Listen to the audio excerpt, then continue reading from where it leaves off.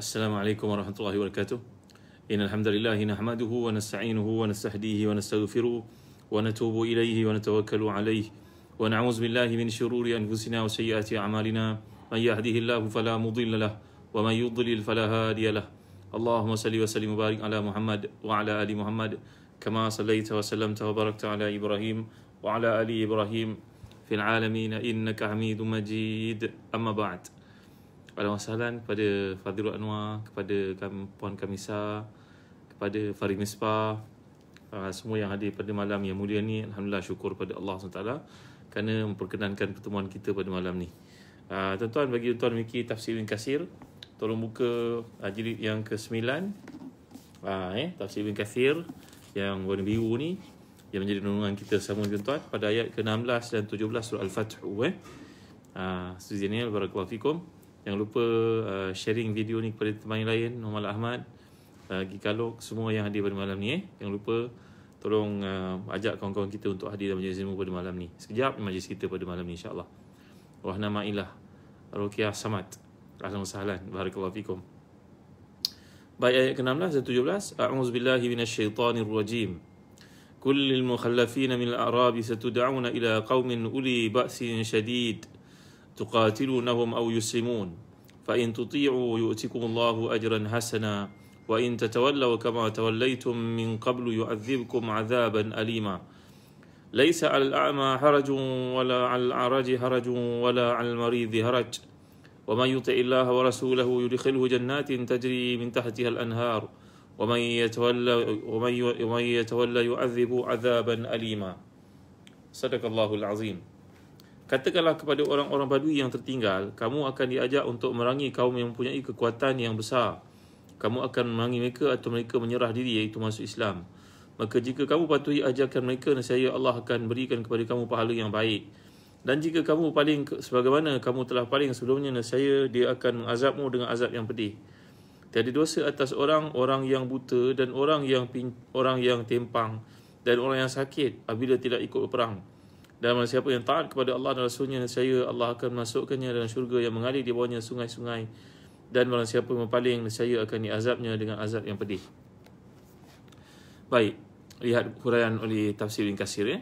Para ahli tafsir berbeza pendapat mengenai orang-orang yang memiliki kekuatan besar, yang mana kaum muslimin diseru untuk memanggil mereka. Pertama, yang mengatakan bahawa mereka adalah kaum Hawazin, Arab kabilah Hawazin.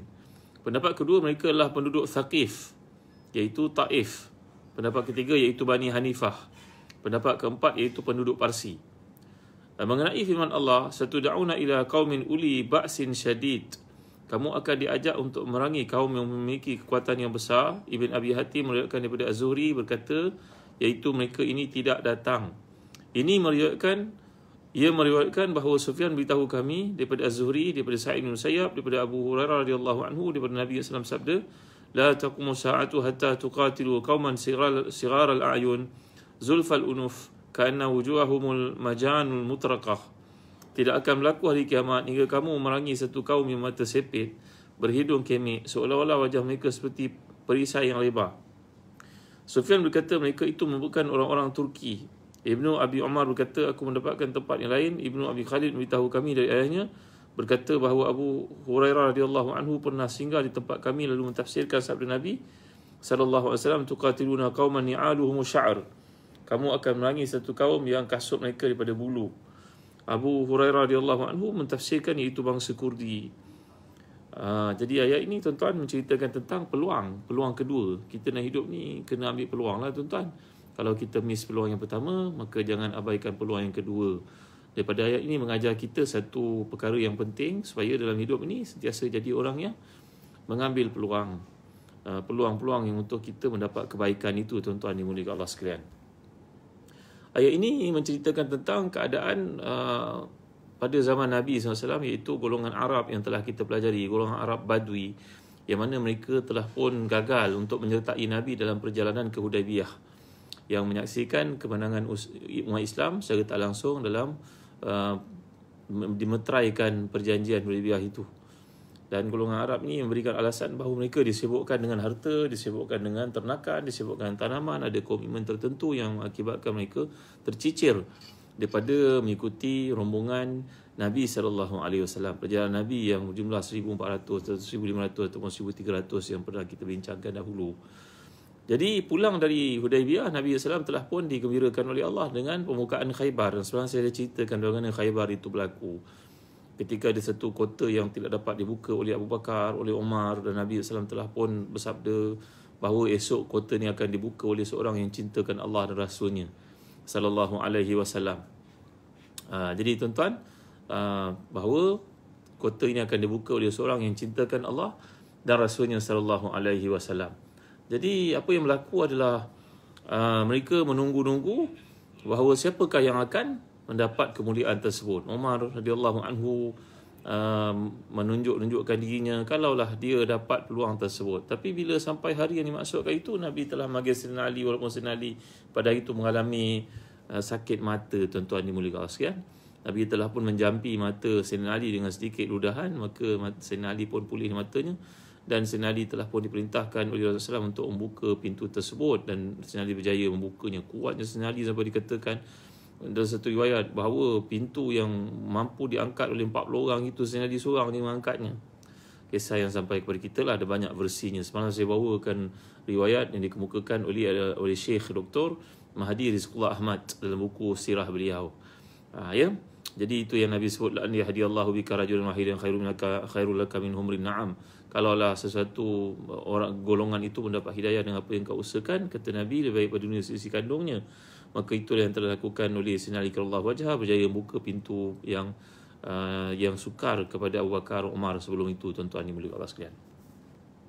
Ayat ini memberi kepada kita peluang. Jadi kata Imam Asy-Syaukani dalam kitabnya Tuhfatuz Zakirin, ya, Imam Syaukani ada banyak kitab. Beliau ni seorang ulama dari Yaman untuk tuan-tuan. Ini satu daripada kitab beliau, saya tunjuk pada beliau kerana saya harap tuan-tuan cintakan kitab-kitab juga. Ini namanya kitab Fathul Qadir.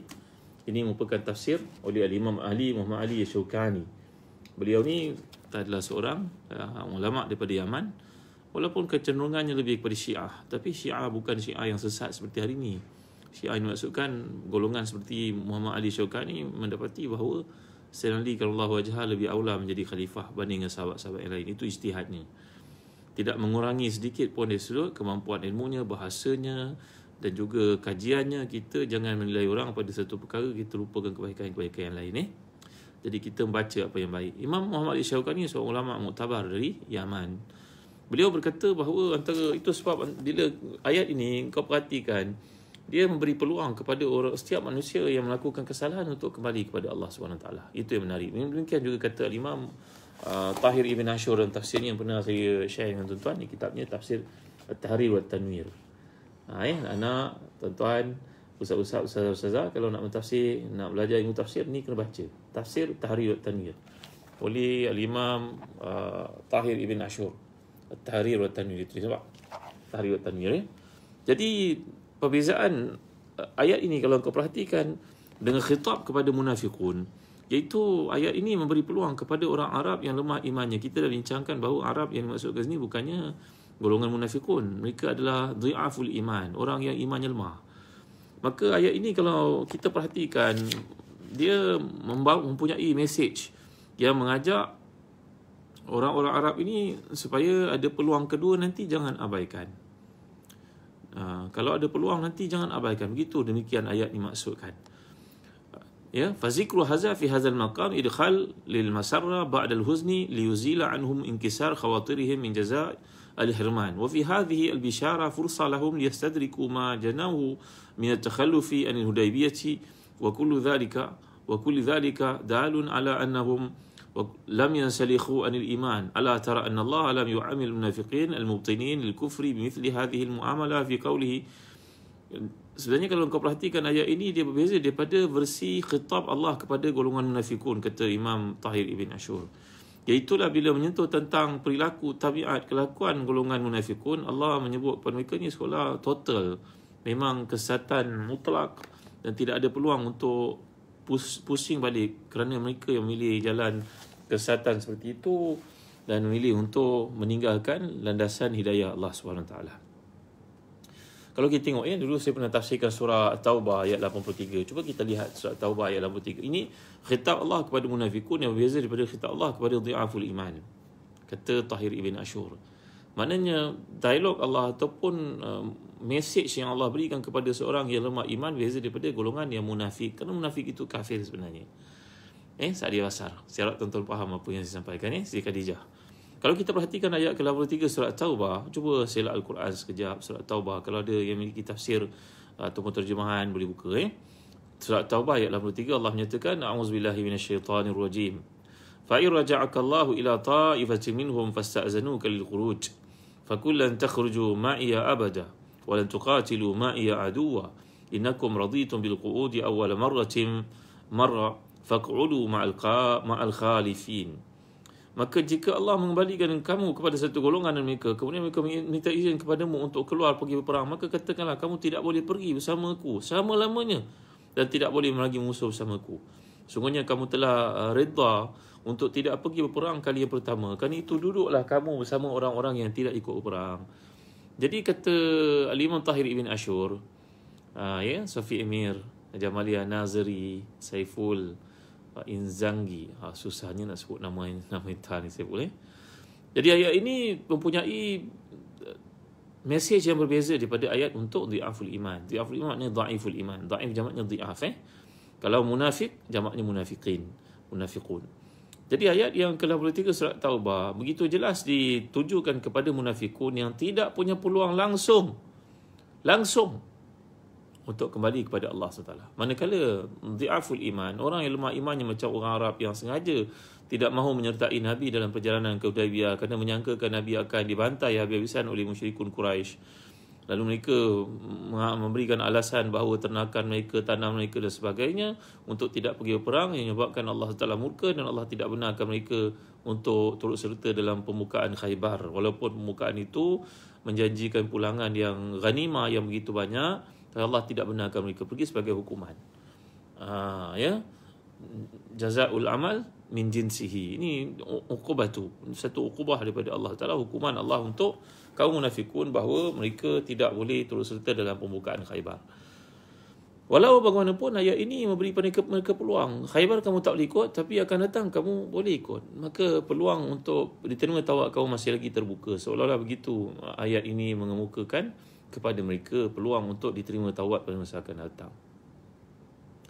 Dan berkenaan dengan perkara ini tuan-tuan, bil munasabah, kebetulan bila cerita bab tentang peluang yang kita terlepas dalam kehidupan pada hari ini tuan-tuan, barangkali kerana sesuatu kelemahan yang ada pada diri kita, barangkali kerana satu kelecehan yang ada pada diri kita ataupun apa sajalah. Dan ini termasuklah tuan-tuan, ada orang kadang-kadang dalam hidup ni, kata Imam Muhammad Ali Syawkani dengan karyanya yang lain namanya Tuhfatul Zakirin, kita dalam hidup ni melihat kadang orang punya peluang lebih daripada kita.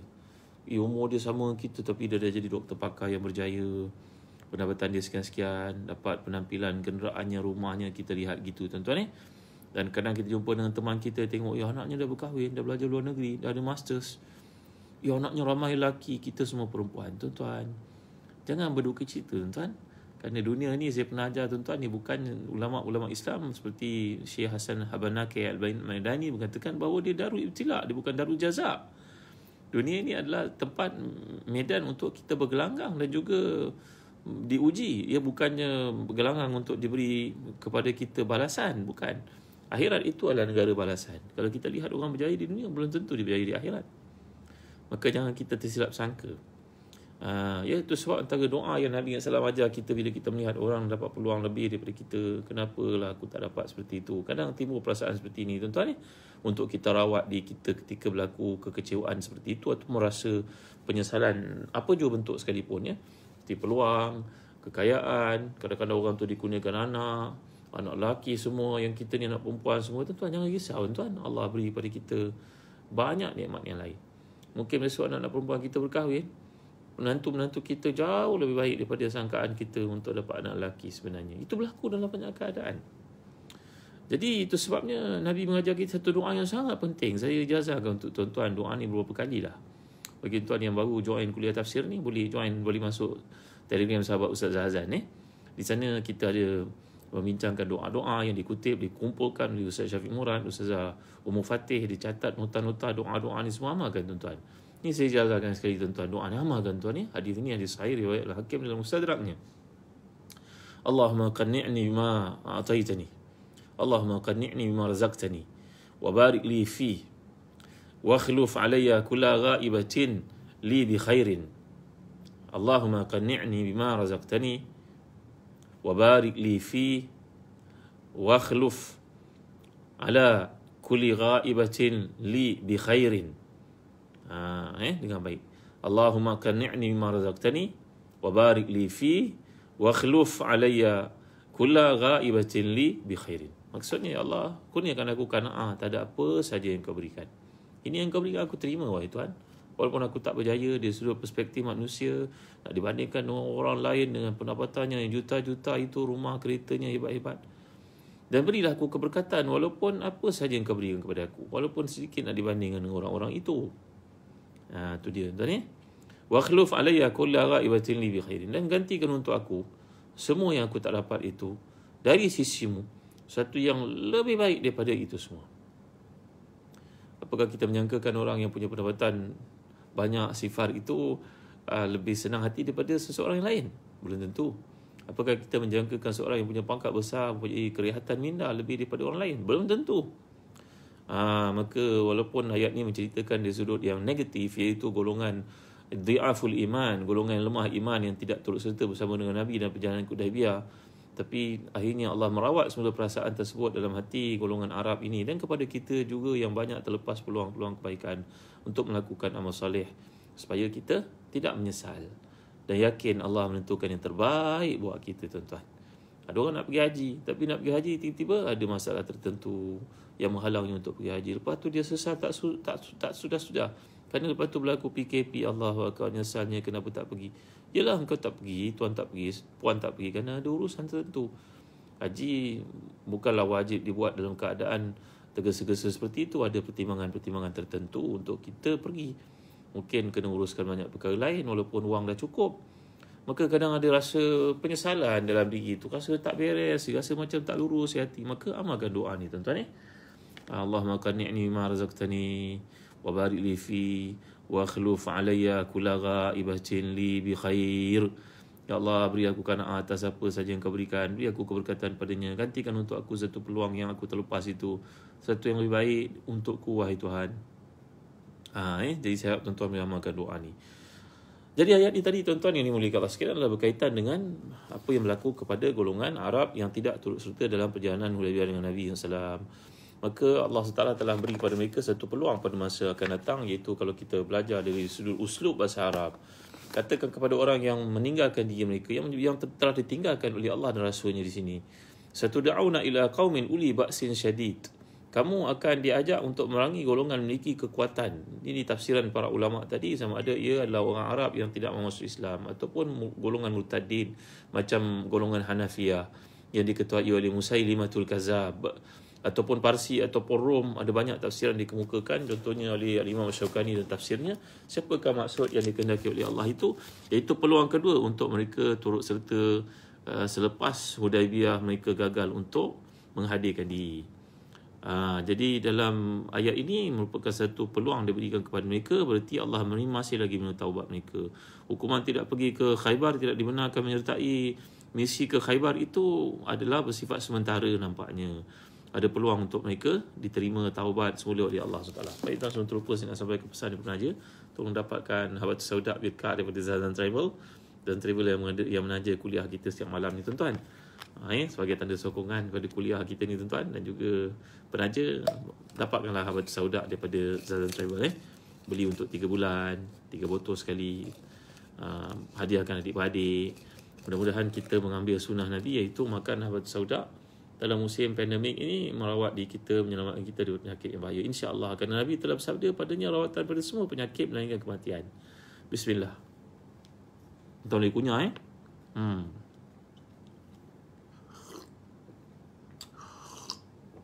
atau tuan-tuan boleh telan terus. Kan senang bawa macam ni dalam beg kita, dalam briefcase kita ni. Namanya pun Birkah, brandnya Birkah, Barakah. Mudah-mudahan kita menghadirkan barakah dalam kehidupan kita, tuan ni. Bawalah barakah ni ke mana saja kita pergi, kat dapur, kat rumah, kat tempat kerja, dalam beg, handbag dan sebagainya, hadiah untuk orang kita sayang. Mudah-mudahan sebagai satu usaha untuk selamat daripada wabak yang berlaku sekarang. Dan saya juga menyeru tuan-tuan dapatkan kurma McJowl daripada Zazan Travel. Nanti ada peluang kalau kita boleh travel, tuan-tuan travel sama Zazan Travel ke Baitul Maqdis boleh, ke Eropah boleh, ke Mekah boleh. Ni kurma mejol daripada Zazan Travel. Besar, boleh kita gunakan untuk bersahur pada bulan pilihan kita puasa ni, bulan Muharram ini. Bagi mereka yang berpuasa, Nabi kalian berpuasa setiap Isnin dan Khamis ataupun 3 hari sebulan. Makan boleh. Ini kurma yang cukup besar dan kita makan sebiji boleh cukup untuk sahur, insya-Allah. Makan untuk berbuka, insya-Allah cukup sampai ke sahur esok. Tak percaya cuba buat. Saya dah buat beberapa kali, alhamdulillah. Kurma mejol daripada Zazan Travel. Kami import dari Jordan. Baik tuan. Kita juga kami ada kurma ajwa dari Madinah. Kan ajwa ni saiznya kecil tapi punya keberkatan luar biasa. Kan Nabi kita bersabda tuan-tuan, man tasabbaha bi sab'i tamaratin ajwatan lam yadurru sumul sirun. Siapa yang makan kurma ajwa 7 biji setiap pagi akan selamat dari sihir dan juga racun. Inilah kurma ajwa. Saiznya kecil tuan-tuan ni. Ni. Tengok. Tuan guru saya dari Kelantan berkata kurma ni juga boleh merawat masalah hubungan suami isteri. Wallahu alam. Tuan-tuan dicuba kerana Nabi bersabda dia merawat racun dan juga sihir. Makan 7 biji setiap pagi.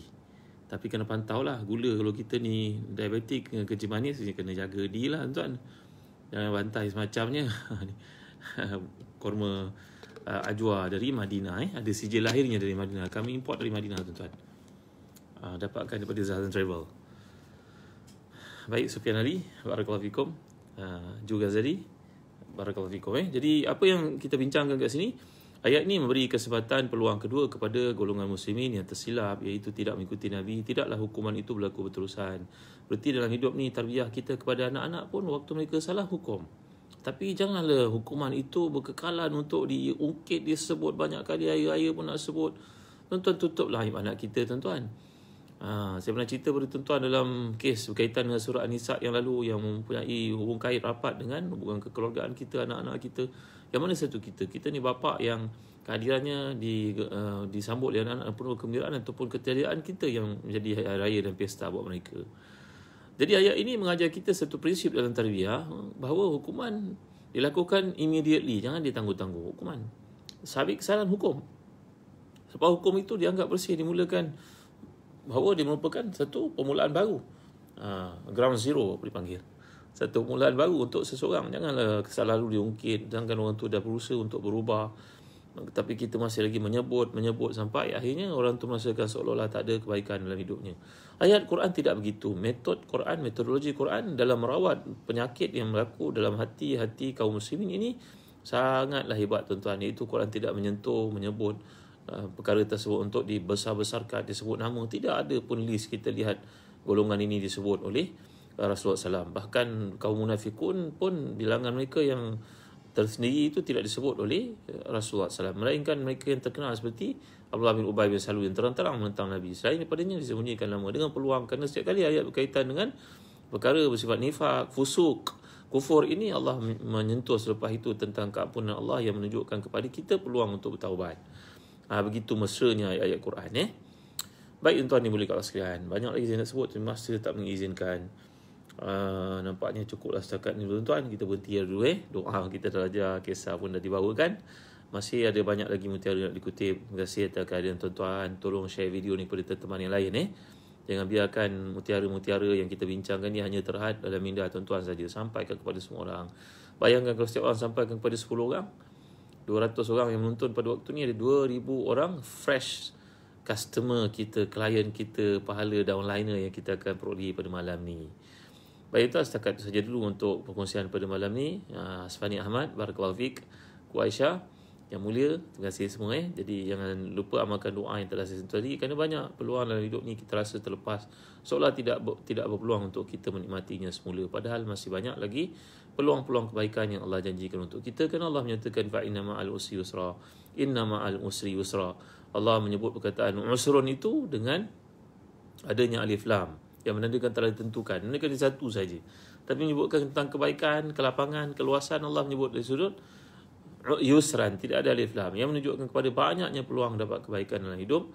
Termasuk juga ayat yang telah kita bincangkan di sini, seperti disebut oleh Imam Tahir ibn Ashur, begitu juga Imam Syaukani. Jadi doa yang telah saya ijazahkan tadi, tuan-tuan tolonglah viralkan kepada teman-teman yang lain. Ustaz Syafiq Murad tentu dah buat poster yang menarik. Nanti tuan-tuan dapatkan daripada Telegram sahabat Ustaz Zahazan. Tuan-tuan join lah. Kalau ramai, ajak teman-teman, adik-beradik, anak beranak untuk masuk Telegram sahabat Ustaz Zahazan. Kerana ramai sahabat yang begitu prihatin, yang mencintai ilmu, yang telah mencatatkan doa-doa mutiara yang kita pelajari sepanjang kuliah sejak PKP yang pertama dahulu. Baik, setakat saja dulu tuan-tuan. Terima kasih. Barakallahu fikum. Wassallallahu ala sayyidina Muhammad wa ala alihi wa sahbihi wa baraka wasallam. Alhamdulillah rabbil alamin. Wa barakallahu fikum. Alhamdulillah rabbil alamin. Wassalatu wassalamu ala asyrafil anbiya'i wal mursalin sayyidina Muhammadin wa ala alihi wa sahbihi ajma'in. Allahumma ighfir lana dhunubana wa israfana fi amrina sabbit aqdamana wansurna 'alal qaumil kafirin. Allahumma ighfir lana dhunubana wa liwalidina warhamhum kama rabbawna shighara wa li jami'i masyayikhina wa li jami'i ashabil huquq 'alaina minal muslimina wal muslimat al mu'minina wal mu'minati rahmatika ya arhamar rahimin. اللهم أحسن عاقبتنا في الأمور كلها وأجرنا من خزي الدنيا وعذاب الآخرة. اللهم ربنا تقبل منا إنك أنت السميع العليم وتب علينا يا مولانا إنك أنت التواب الرحيم. اللهم إنا نعوذ بك من الهم والحزن ونعوذ بك من العجز والكسل ونعوذ بك من الجبن والبخل ونعوذ بك من غلبة الدين وقهر الرجال. ربنا آتنا في الدنيا حسنة وفي الآخرة حسنة وقنا عذاب النار. وصلى الله على سيدنا محمد وعلى آله وصحبه وسلم. Tuan-tuan jangan lupa cuti sekolah anak kita masih berpanjangan. Walaupun mereka belajar dalam kelas-kelas PDPR, tapi jangan lupa ambil berat buat sembahyang mereka. Tolong ambil berat. Tulisan jawi mereka. Kami boleh membantu tuan-tuan untuk anak-anak kita dapat belajar wuduk, sembahyang, jawi, khat dengan cara yang tersusun dan sistematik. Janganlah tuan-tuan terlupa. Tolonglah subscribe ataupun masuk ke www.telagabiru.com.my. Ada banyak buku yang boleh membantu anak-anak kita menjadi insan yang mempunyai jati diri Islam yang kuat, insyaAllah. Kami bukan saja ada buku bahasa Arab, pendidikan Islam, malahan matematik, sains, geografi, sejarah pun ada. Semua subjek ada. Daripada 1 sampai darjah 6, tingkatan 1 sampai tingkatan 5. Dan yang terbaru ni kami terbitkan Kem Bersari Salat yang telah membantu ratusan ribu anak-anak orang Islam untuk belajar salat dengan baik. Mengapa tidak anak-anak tuan-tuan dan perempuan? Jadi dapatkan buku Kem Bersari Salat yang kami terbitkan purposely untuk membantu anak-anak kita dapat salat dengan baik. Ada doa disediakan, ada tip disediakan, ada pengukuhan, latihan pengukuhan disediakan, latih tubi, ada gambar, ada macam-macam. Dan kita boleh juga muhasabah salat kita balik semula dengan buku tersebut. Cuma berharga RM4.90 saja untuk tahap 1 dan RM4.90 saja untuk tahap 2. Dapatkan tuan, cikgu-cikgu, ustaz-ustazah. Tolong pastikan anak-anak kita salatnya betul. Salatnya betul, semua ibadahnya diterima oleh Allah. Salatnya tak diperbetulkan, memang ibadah lain tidak diterima oleh Allah pada masa akan datang. Sekian, terima kasih tuan-tuan. Sekali lagi, atrukukum tahtari ayatillahi wa hifzi fi amanillahi wa hifzi. Siru ala barakatillah. Astaudi'ullah dinakum wa amanatakum wa khawatima amalikum. Saya tinggalkan tuan bawa jagaan Allah. Apa khabar Abang Zulbahri, Sidah Sahak, Muhammad Muslimin, Ustazah Nuraini Maddin, kepada semua yang hadir, Cijah. Terima kasih semua. Rohimah Taha. Sekian. Wassalamualaikum ala sayyidina Muhammad wa ala alihi wasallam. Wassalamualaikum warahmatullahi wabarakatuh. Cikgu Sabarudi, Sulina Yahya, terima kasih semua. Fizul, barakallahu fikum. Jumpa lagi esok insya-Allah. Nur Hamizah Muhammad Nur. Assalamualaikum warahmatullahi wabarakatuh.